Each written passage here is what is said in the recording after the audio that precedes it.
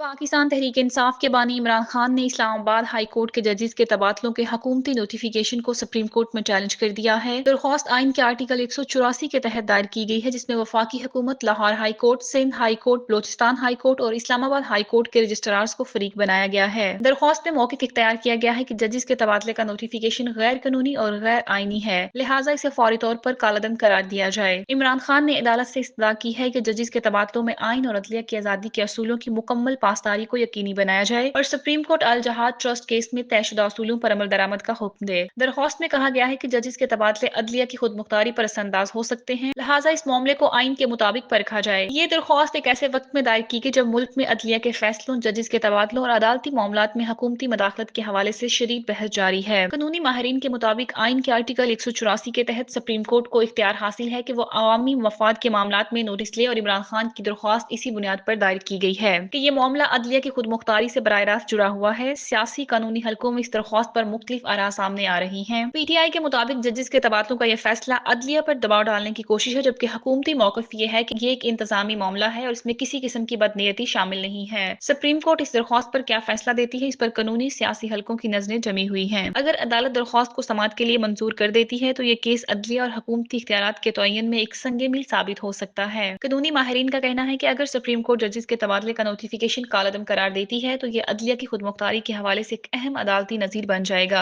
जबकि अगर दरख्वास्त मुस्तरद कर दी जाती है तो इससे हुकूमत के इस मौक़िफ़ को तक़वियत मिलेगी। जजेस के तबादले एक मामूल की इंतजामी कार्रवाई है।